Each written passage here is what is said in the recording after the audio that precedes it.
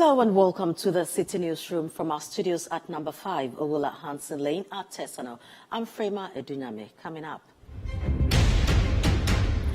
Judicial Service Staff Association of Ghana, JUSAG, declares indefinite strike over salary approval. By this declaration of strike, all staff of the service are immediately directed not to report to work from today unless and until the President of Ghana complies with Article 149 of the Constitution. Supreme Court upholds decision to strike out cannabis cultivation provisions in Narcotic Control Commission Act.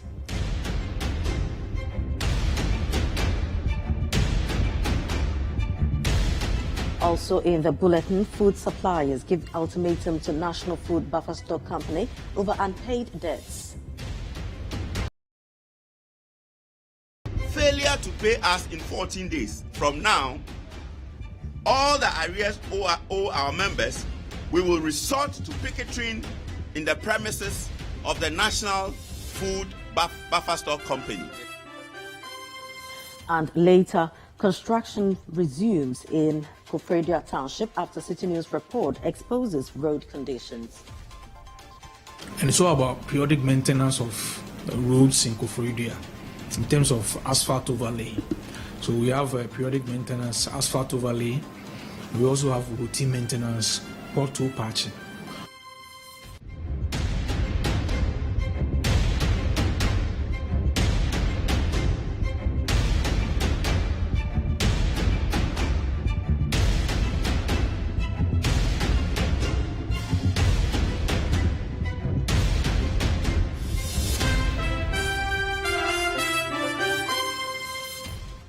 Now, in our first story, justice delivery throughout the country is expected to come to a standstill as the Judicial Service Staff Association of Ghana, JUSAG, declares an indefinite strike due to the non-approval of their salaries. The association has been appealing to the President, Nana Akufo-Addo, to approve the new salary structure presented last year, but their pleas have been disregarded. JUSAG also alleges bias on the part of the National Labour Commission, who was expected to act as an impartial arbiter. Here is the full report.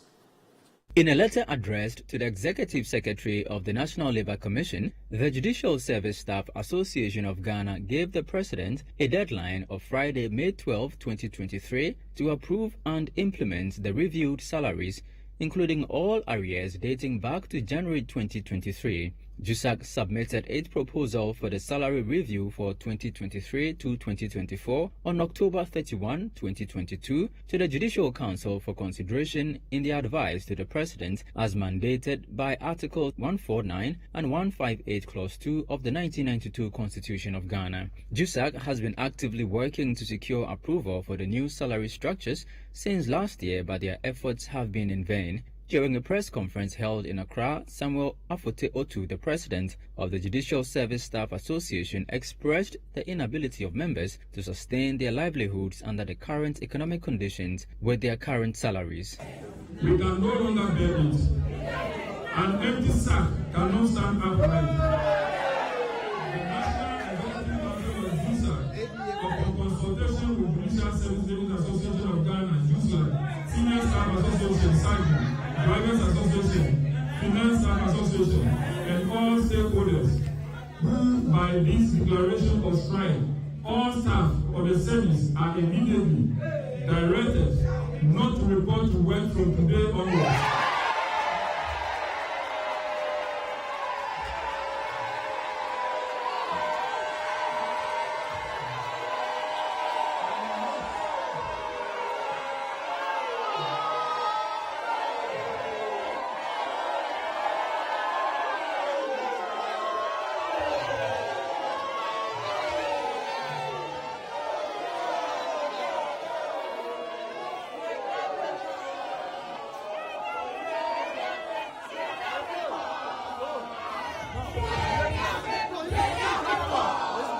As a result, JUSAG has declared an indefinite strike until all their concerns regarding salary approval are addressed. We can no longer bear it.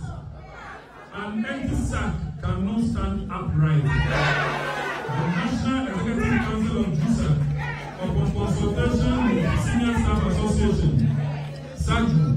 Judicial Service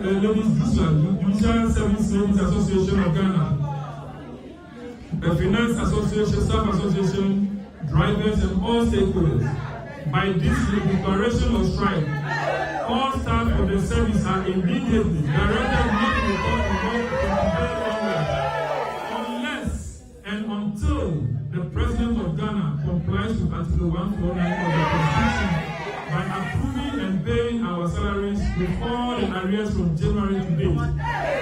All staff are also to note the following.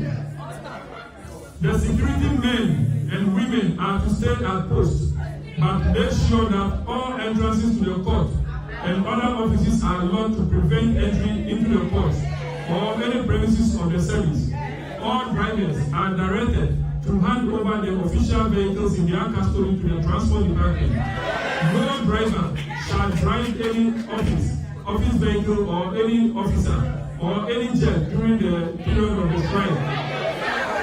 No court registrar, I repeat, no court registrar should open or be compelled to open any registry or court for use during the period of the strike. Regional Executive Board and committee members of JUSAC are to be on the lookout to ensure compliance, same as statutory executives. If any staff of the service receive any treatment from any management member to report to work or perform any official duty during the strike, shall decline same and report the matter to JUSAC. Let no one in government or management unlawfully coerce any staff or intimidate staff during the strike. If any member is inflicted with any injustice in this course, we shall deem it as all members have been inflicted.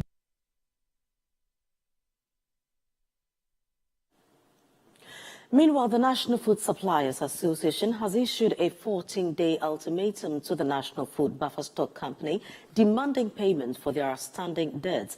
The association has expressed deep concern over the compromised credibility of suppliers, which is hindering their ability to sustain their businesses.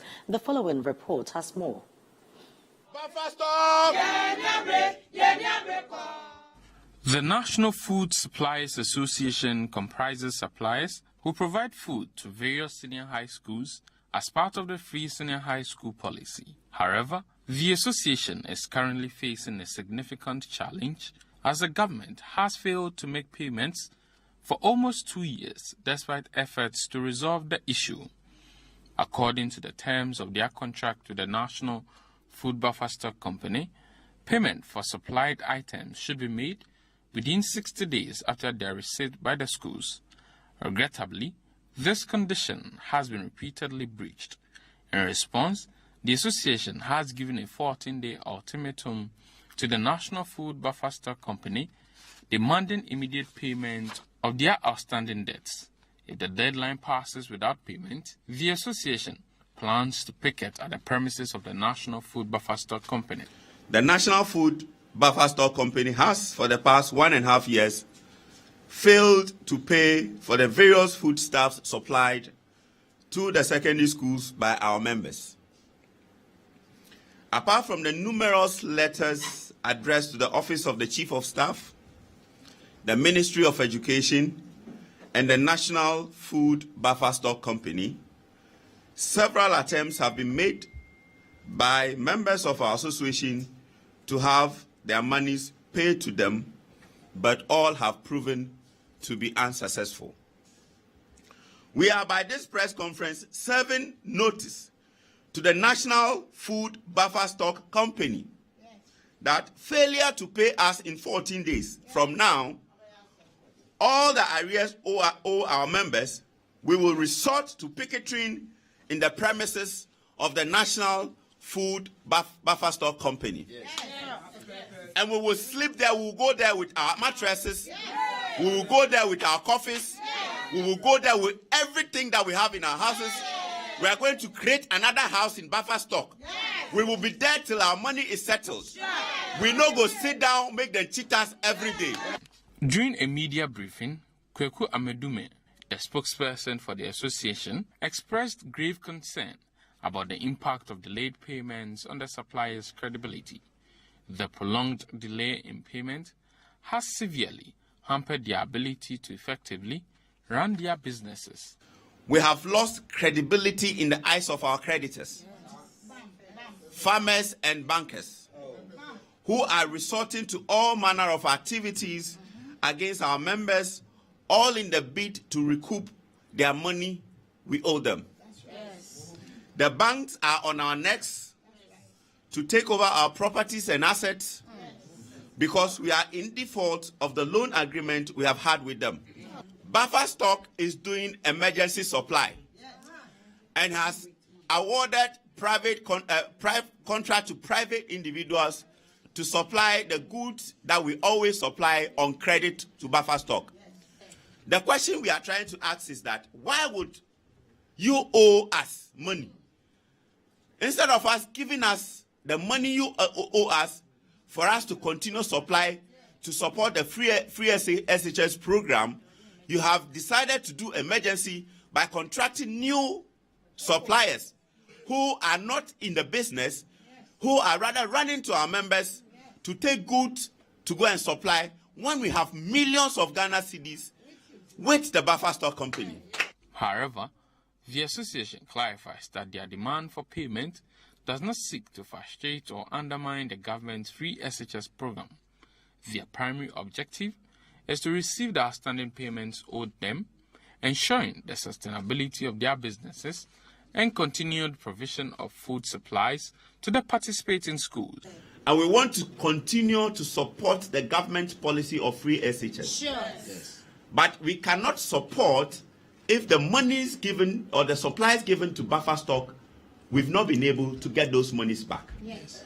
We cannot be able to sustain the supply if different awards are being given to individuals who don't even have the full staff to supply. Yes. It is only going to be continued if we are re-energized and resourced to be able to continue the supply. Yes. So I want to say that we are rather here to support the government program. Yes. And we don't want meanings to be read into it as though it is as if we are trying to frustrate the government policy of free SHS.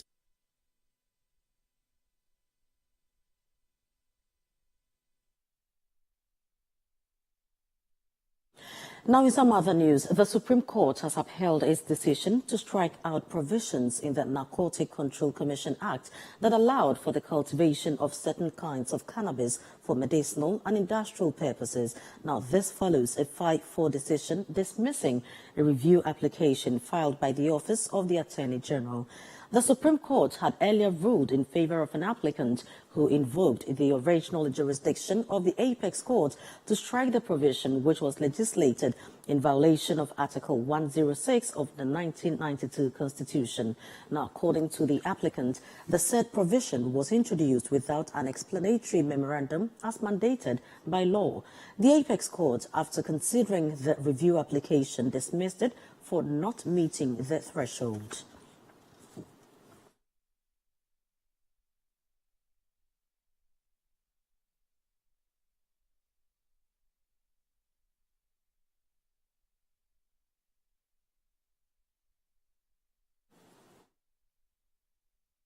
Now, away from that, the Ghana National Fire Service has conducted a preliminary assessment following the collapse of a 2-story building in Winneba on Tuesday.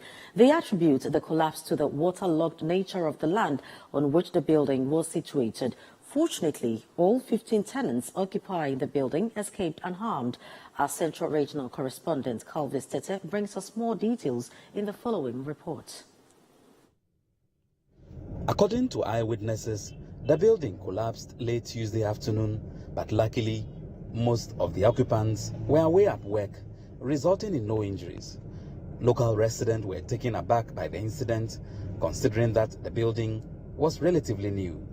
However, the Ghana National Fire Service in Winneba, who responded, conducted a preliminary assessment, revealing that the land where the building was constructed was waterlogged. Over time, the ground beneath the building gradually gave way, leading to its collapse.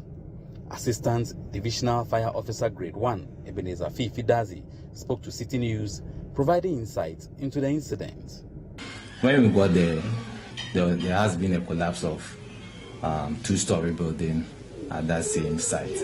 And thankful for us, all the victims in the building escaped unhurt. But our initial assessment at the scene concluded that the site is a waterlogged area. That is one. And then they had built in waterways for a very long time. There were no access routes to the place. So we needed to park our car and walk for about 100 meters to the emergency, where the emergency happened. And it's an eyesore.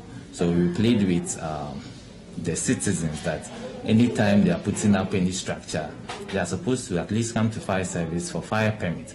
We will come to the site, assess the place, whether there is an accessible route to the place, that in case there is an emergency, Ghana National Fire Service can come there and then effect rescue or help the victims on time. When it happened, there was only one person in the building there. She was able to escape unhurt, so there wasn't any casualty in it. Initially intended to be used as a Bible school, the two-story building had a change of plan after the owner realized that the contractor had done a substandard job, prompting the change in usage. Some of the tenants shared their experience with Citi News regarding the incident. I'm inside, and the say, "Bibi ya pre. I was here. Na me pay some beche. To me pay and begina hana me who say pilano, Gigi.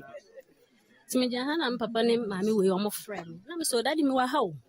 So I'm in a begina hana who say best 30 minutes grand who I'm sending a gufo. Obi any fee, men quan and I'm fee. 4 to 5 na me kwa juma na me nua no from say omote say baby ameto no dan na bu de aba no sa na me ko bi juma na me san fa ka ba hwe say ampa abu to me ba no omote anu ba ko na me hu na me ka me bi say no say de otis ro no omo pia sana dan bu nte anka bi so pigane ne dia na sata no si no now called the Bible school. Anna on no way from Tiama and Timambaso. The Ghana National Fire Service urged the residents to desist from building in waterlogged areas. We need to get the qualified people, get the right materials for our building, and I think these things will not be happening. We are in the rainy season, and then Ghana National Fire Service is not only there to extinguish fires. Ghana National Fire Service is there to make sure that public places are safe for people to use. That is why when you are putting up a building, you need to come to Ghana National Fire Service for permit.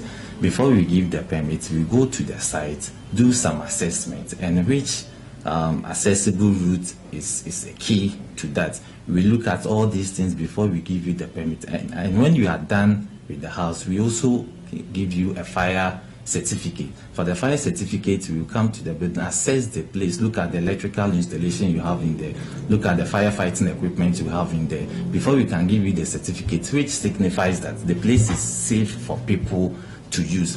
And at times, people do not do all these things. They just put up the building, they rent it out to people, whether it is safe or not, they don't mind, and then people will just live in. So our advice to the public is that before you rent a house, before you use a public apartment, make sure the place has a fire certificate. Construction work has recommenced in Koforidua Township following a compelling report by Citi News on the appalling condition of the roads. 2 days after the report shed light on the challenges faced by drivers, traders and residents in the eastern regional capital, Koforidua, contractors who had abandoned their sites in December last year have returned to work. The state of the roads in the regional capital has ignited anger among thousands of residents, prompting them to schedule a demonstration on June 8th. According to the residents, the report by Citi News played a significant role in pressuring political actors to compel the contractors to resume their work. But it is long overdue. This should have happened long time. Koforidua, our roads network is very, very, very, very bad. We can't do anything. We complain. So when I heard that Citi FM is in town, I'm so happy. So I want to take this opportunity to thank Citi FM. If not you people, we should have been in this darkness. I will have media, but I don't know what's happened. So thank you very much. You know, it's our tax that is used to also pay them. So what we are telling them is that we are in a dangerous situation whereby if it happens like this, and it's not MPP, it's not NDC, it's something that continuous happens on daily basis, on monthly basis.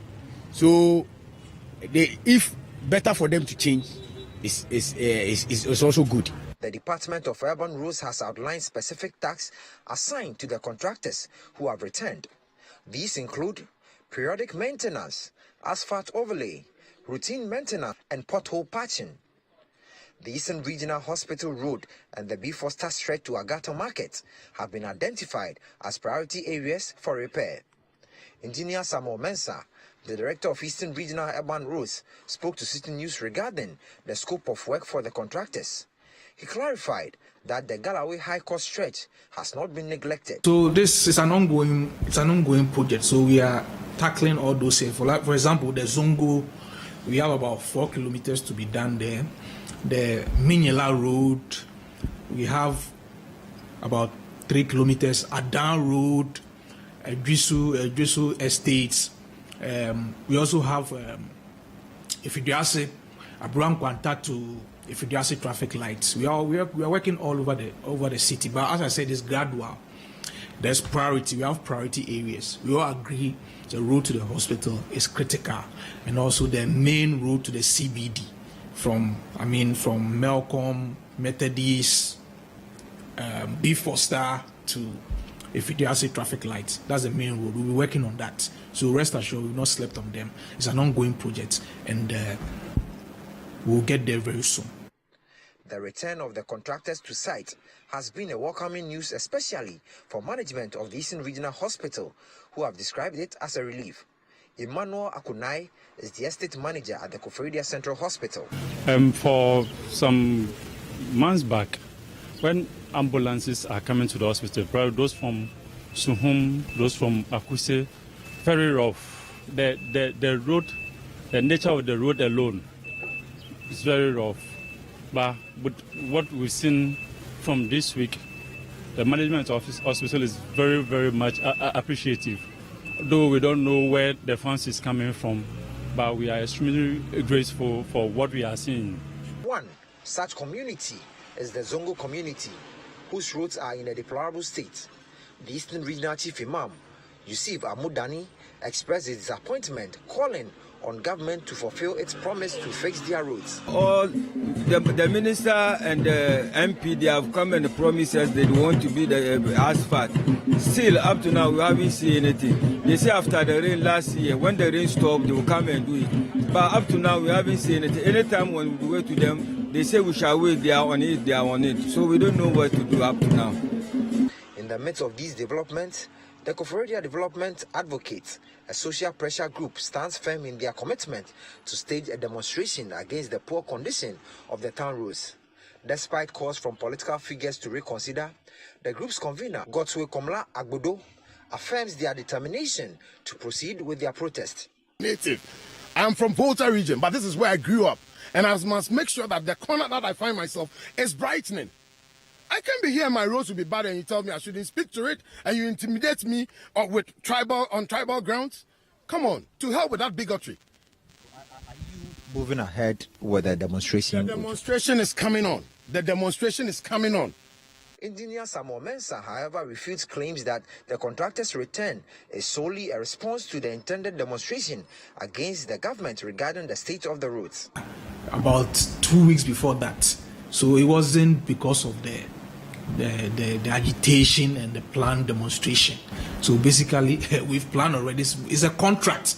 It's an existing contract which is ongoing. The contract was signed way before these issues came up, and the evidence is the contractor has been working. We've done a lot of roads in Koforidua. It's an ongoing project, so it's not because of agitation. So, following Citi News report on the deplorable nature of Koforidua town roads, construction works have commenced here at the B. Foster section of the traffic light. Now, it's still ongoing, and as you can see, the place has been cordoned off to allow asphalting on this particular stretch. Now, this has been a welcoming news, especially for management of the Citi Regional Hospital, who believe time spent by ambulance on this particular stretch will be reduced. Now, nonetheless, residents who are angry about the deplorable nature of roads in the municipality says they will still continue on with their intended demonstration on June 8th. For Citi News, Nel Ni Amate Kanaku, Koforidua. This is the Citi Newsroom. I'm Frima Edunyame. Still to come. Residents of Ashale-Buche at St. Peter's Mission School down in the Denton municipality resolves to contest the setup of a fuel station in their community.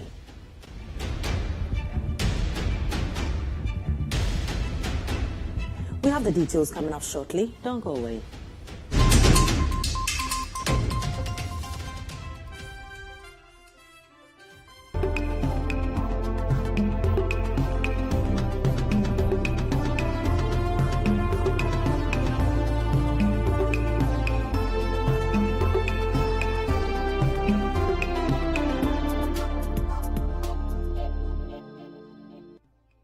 Pepsodent is aware that globally, 1 in 2 children suffer from cavities. That's why by giving her Pepsodent, you're not only protecting her teeth, but also helping her grow up and thrive at every stage of her life with a healthy and confident smile, so she can succeed and achieve all of her dreams. Because every smile matters.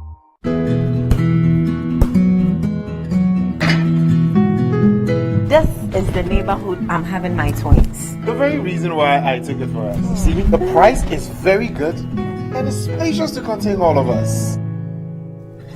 Alphabet City. Now I'm a landlord. I don't pay rent. And my Airbnb business is booming. To me, Pamini, bank and I'm an Alphabet City. The pension pay me 20%. The payment plan, I want to share my just very smooth.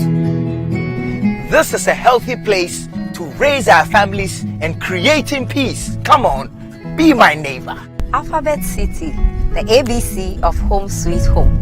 Alphabet City is a classy and peaceful gated community in Sakumono. We have 24/7 top-notch security and high-quality access roads. We have 3 bedrooms and 2 washrooms, 3 bedrooms and 3 washrooms with boys' quarters. We have 3 bedrooms and 4 washrooms. We have 2 bedrooms and 2 washrooms, all with beautiful kitchens and kitchenettes. Call Alphabet City on 0240-111119 or 050-44-99999. Alphabet City, the ABC of Home Sweet Home.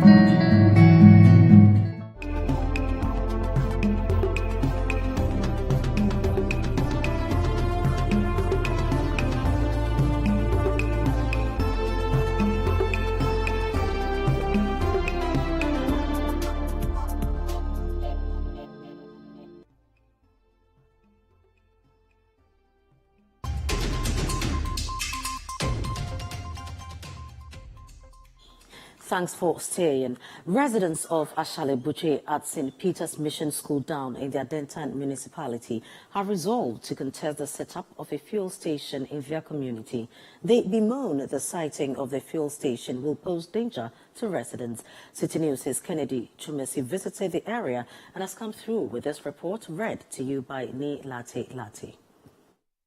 The residents of Ashale-Buche at St. Peter's Mission School Down have joined forces to oppose the construction of a fuel station in their community. Their main concern revolves around the fuel station's location, which is in a densely populated area. They firmly believe that selecting such a site for the fuel station is highly imprudent due to the potential risks associated with such a project. Looking at the land size, it's not fixed for purpose for them to put the fuel station over here. And also, looking at where it's being sited is very wrong, because it's sited in the midst of houses. And when something happened today, our mothers, our fathers, we have to carry them and run with them. Example that I will give is, look at what happened at Atomic. Everybody was running away. It was like like an Iraq war that has happened. Everybody was running away. Even children were running. People cannot find their children. So are we waiting for we to have a second disaster again? What is happening? Since 2016, we have been going back and front. And I think it's not helping all of us. Because if it's lacking ideas, you should seek for a better idea so I can put even a store that maybe we will benefit from it rather than putting a filling station that will cause a disaster for all of us. So I think if the authorities are listening to us, they should put a stop to this. I'm pleading with them. Because women's life matters. We will put leaders to protect us and to value our life. We don't put leaders in place so that they will come and kill we the citizens. War never actually. Me feel baby I'm to aminano. Me war actually no matter aminano. Me to me you me feel. Some we have filling station na. Me to me you feel.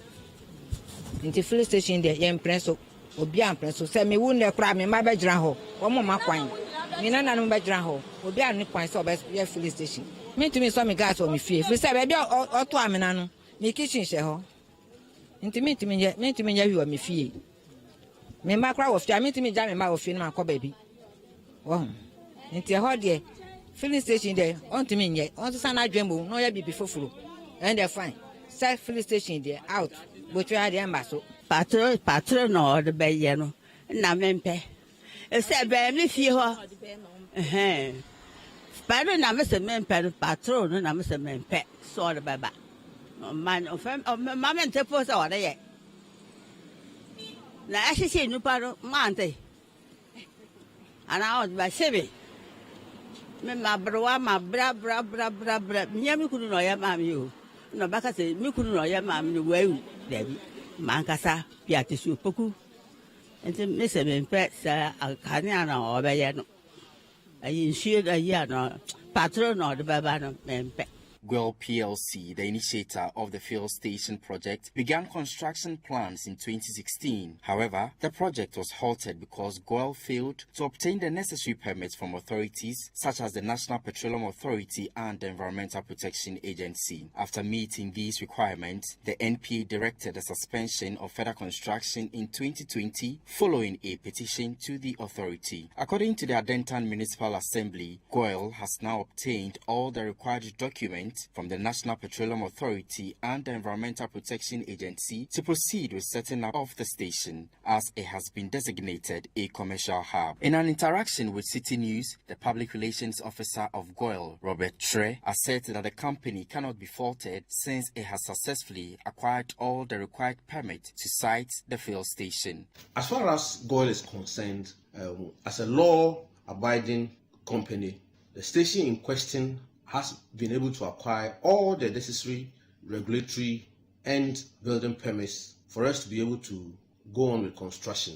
And we have been able to acquire the building permit from the Adentan Municipal Assembly. We also have the construction permit issued to us regarding the same station. And then we have also secured a permit for the construction of the station from the National Petroleum Authority. And as well, we have also a permit from the Environmental Protection Agency. So we have gone through methodically and with very important care, making sure that we satisfy all the regulatory requirements to be able to site the station there.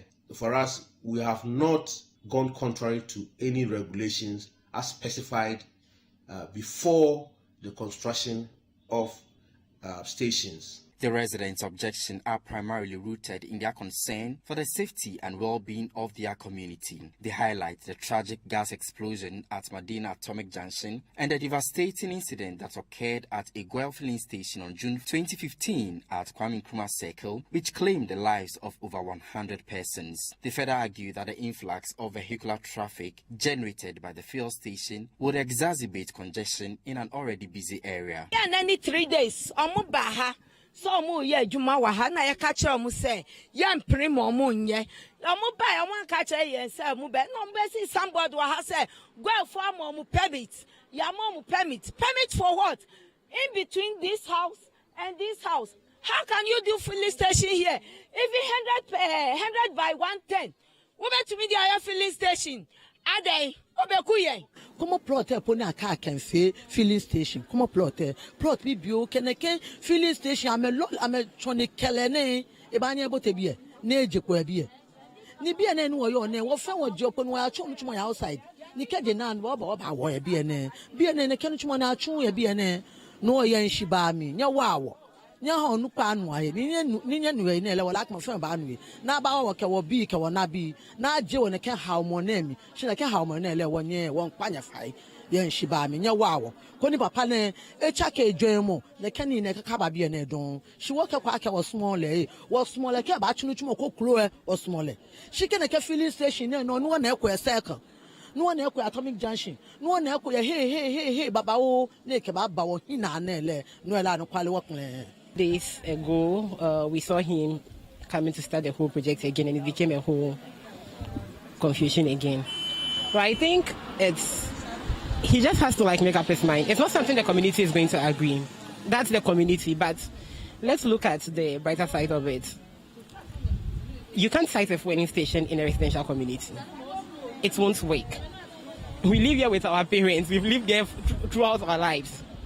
And the havoc that comes with siting this fueling station, they'll tell you, oh yes, we are going to take precautions and everything, but that's not true. The community doesn't want it, so why is he still forcing it? He just has to make up his mind. The community is not interested, so he should just stop. During a visit to the area, Citi News observed that the fuel station's proposed location shares close boundaries with various establishments, including shops, homes, and schools like the St. Peter's Mission School at Adentan. The underground storage tank has already been dug. The Adentan Municipal Assembly has informed Citi News that a MUSEC meeting was held on Monday, May 22, 2023, to discuss the matter for further actions to be taken. Now, moving to the seat of government, President Koforidua says government is beginning a rigorous expenditure cut to meet the IMF conditionalities. Government on May 17 secured a $3 billion balance of payment support to help revive the economy. Already, the first tranche of $604 million has hit the Bank of Ghana account, with the rest expected by close of the year. And now Koforidua remains optimistic government will turn things around. Citi News' Samir Uyafe has more. Speaking at the Qatar Economic Forum in Doha, President Koforidua expressed confidence that the IMF bailout will help revive the Ghanaian economy. Government on May 17, 2023, secured an IMF balance of payment support with the first tranche of $604 million hitting the Bank of Ghana account last Friday. President Koforidua remains optimistic government will adhere to the IMF conditionality of strict expenditure cuts to meet domestic targets. The rationalization of our expenditures, the rationalization of government expenditures is something that we have given the assurance. The domestic revenue mobilization is absolutely critical for us. Already we are beginning to see signs of that. We are the fiscal deficit to come back within the thresholds that we have a law, a fiscal responsibility law in Ghana, which has pegged our fiscal deficits at 5%. At the moment, is way above that, and the sooner we can bring that again to a more acceptable threshold, the better it is for our economy. So these are all several areas of activity that we see as being absolutely essential for the future of our country. I think that the global situation has not been kind to incumbent governments all over the world, and our situation will be no different. But at the same time, I believe that we have enough time. We have 18 months. I leave office in January 25, which is literally 18 months, 19 months from now, to be able, with a very disciplined approach to the implementation of the IMF program, the repositioning of our economy, to be able to bring some growth back into the economy, some relief back to our population, to be able to convince them that, yes, it's worth them continuing the journey with my party and the new leader of our party, who we'll choose in December this year. Until the IMF bailout, Ghana was locked out of the international market, but policy credibility provided by the fund means a reopening of the market to Ghana. Despite the risks of piling up more debt, President Akufo-Addo says Ghana will borrow from the international market to fund important projects. There's no rush to get back, but nevertheless, obviously, why not? Can we not take advantage of global savings? It makes a lot of sense to be able to do that. And the sooner we can do it, better.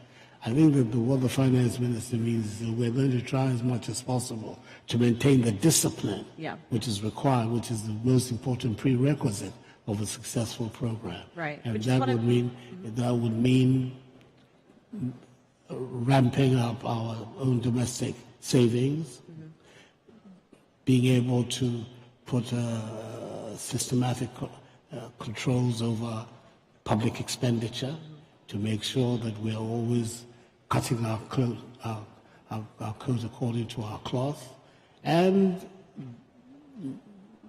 giving the impetus to private sector development, private sector investment. We're looking at that more than we're looking for assistance from the multilateral development banks, etc. But basically, these are the objectives that we are. At the end of it, of course, hopefully, position the economy of Ghana in such a way that we have a more diversified economy, we have a stronger economy that can withstand the exogenous shocks that we have witnessed in the last 2 or 3 years. You're watching the Citi Newsroom, still to come. The governing New Patriotic Party, NPP, will on Friday, May 26, 2023, open nominations for persons seeking to lead the party into the 2024 election.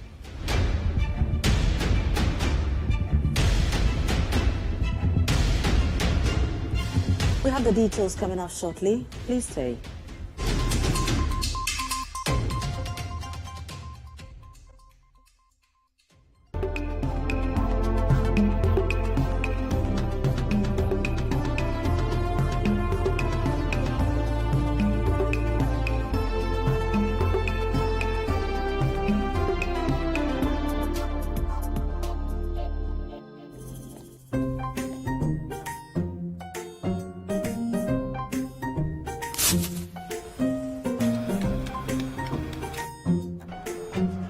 Mido, you're not Biana.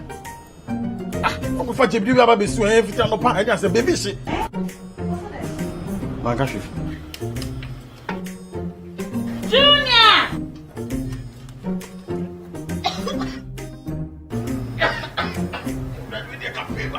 I'm saying so enough for me, you know. Sister Cospa, it's a winning gas. I'm using the why. My wife.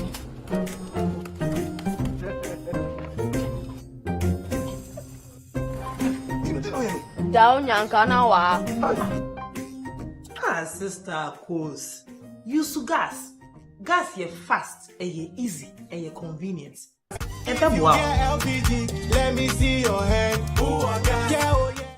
Finally, anyone can become a household. Oh, wow. Yeah. UMaT, a real estate gaming platform that allows you to play and stand a chance of winning a house or cash or consolidated funds, such as savings towards a house. Simple and easy to play. Visit www.ugoflip.com. Buy a ticket to enter the game. Wait for the end of the game to enjoy the win. Anyone can win. Flip it or own it. This advertisement has been vetted and approved by the Gaming Commission of Ghana. Play responsibly, not for persons below 18 years, and gaming can be addictive.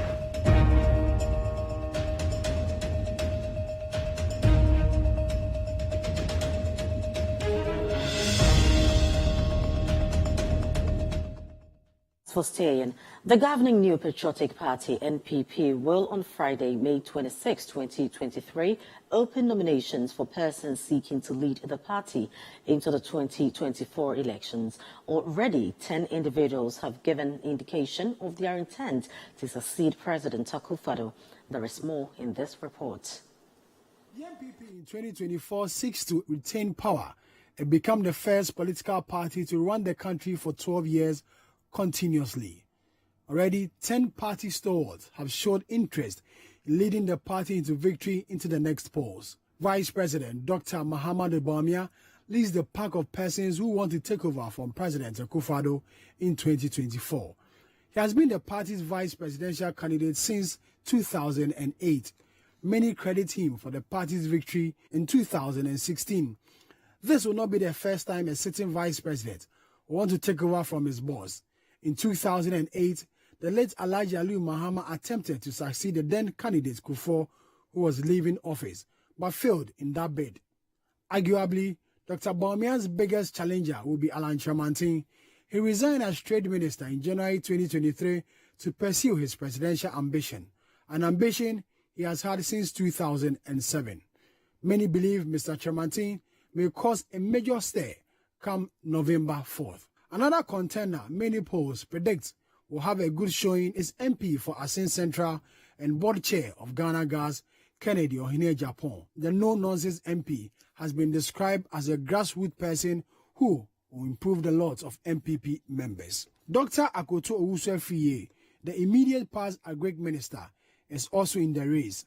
He is banking his hopes on his achievements at the ministry to see him elected as a flag bearer of the MPP. Former Attorney General and Minister of Justice, former Second Deputy Speaker of Parliament, former Minister for Railway, Joe Gatti, is also in the race. The current Esikado MP was the first individual to declare his interest in leading the MPP into the 2024 election, days after President Akufo-Addo won his second term in office. Former MP for Mampon, Francis Adai-Numo, will in November make a second attempt to be the MPP presidential candidate after a failed attempt in 2014. One of the 17 aspirants who contested in the famous Legon Congress of 2017 is also in the race. Dr. Koforidua Preku, who was Minister for Regional Integration under John Kufuor, says the MPP needs a new leadership to retain power. Former General Secretary Kwabena J. Japan, who also contested in the Legon Congress, has also declared his interest in leading the MPP into the 2024 election. He considers himself as the unifier who can hold the party together for victory. The former Energy Minister, who was also part of the 17 aspirants of the 2007 Congress, Boakye Jako, has not hidden his ambition of becoming President of Ghana. A former campaign manager for Nana Akufo-Addo and the MPP in the 2012 election, believes he's the party's best bet. The last but not the least is a senior lecturer at the University of Education, Winneba. A relatively unknown Eric Sechin Ketia says the MPP requires a new face to face the NDC and John Dramani Mahama in 2024.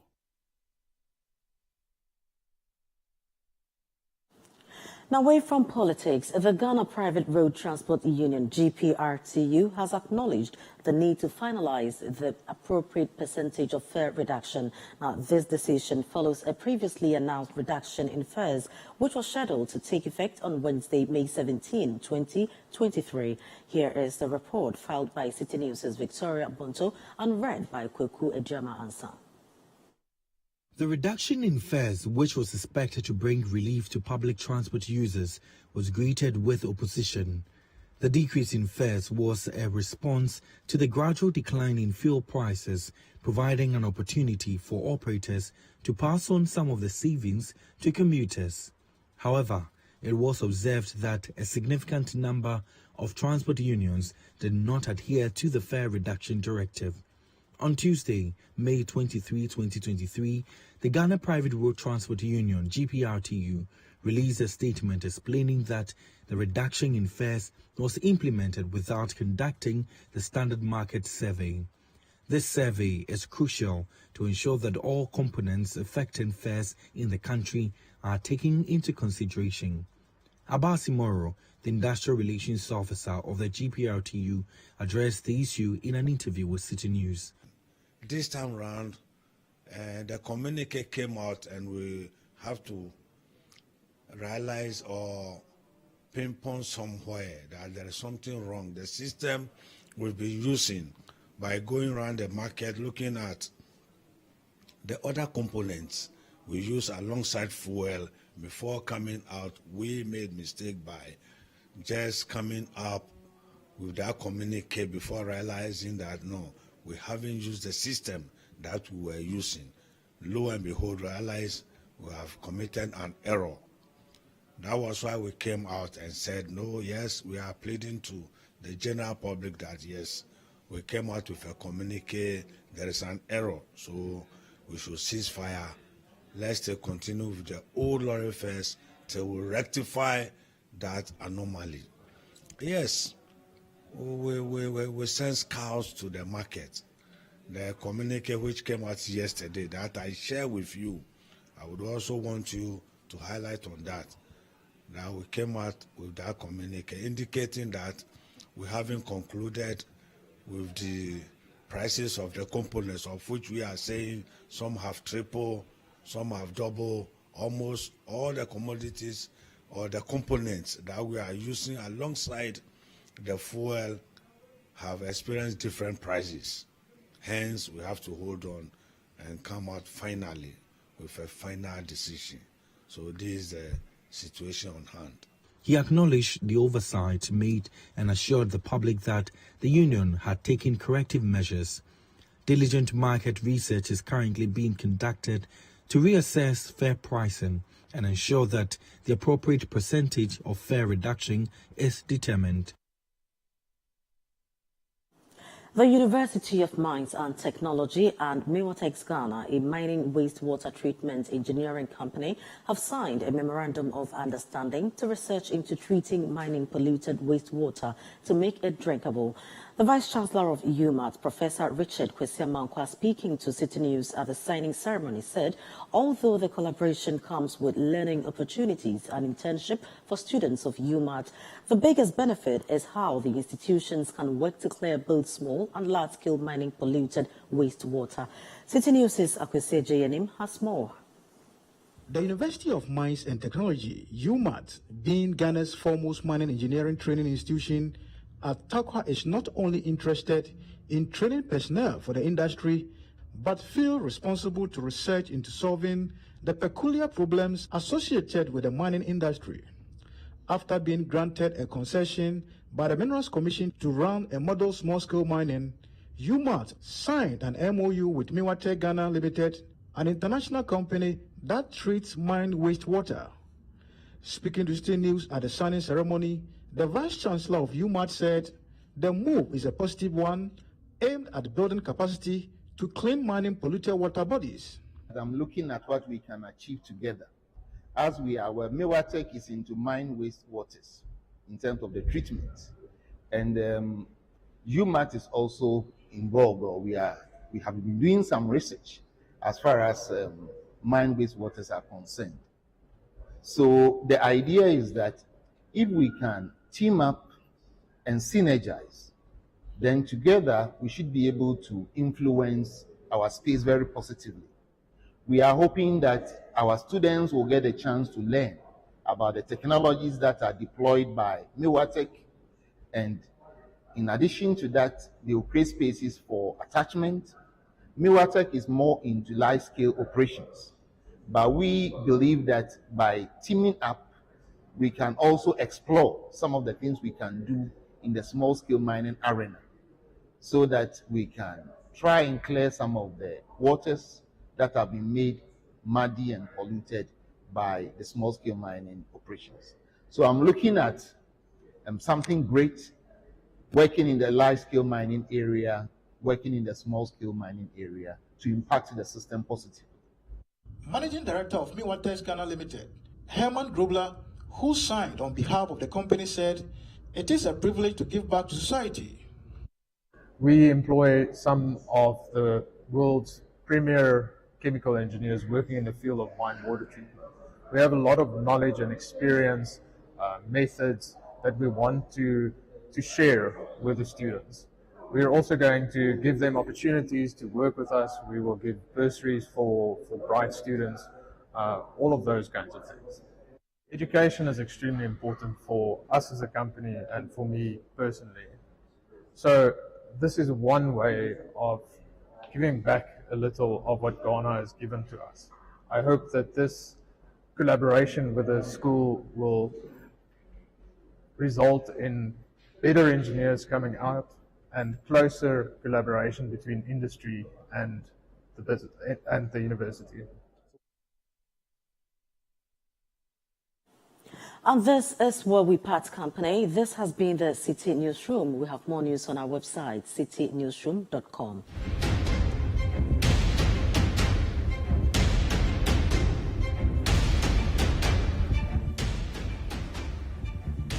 Subscribe to CityTube on YouTube for more exclusive video content from Citi TV.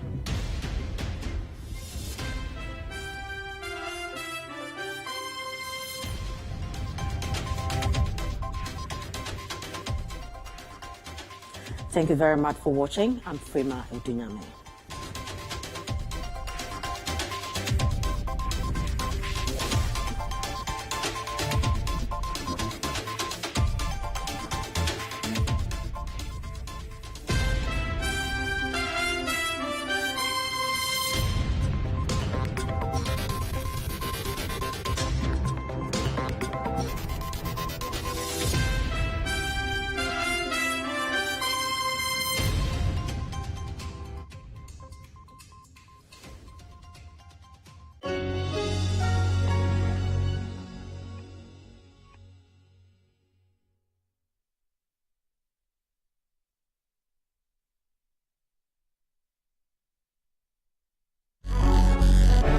On foot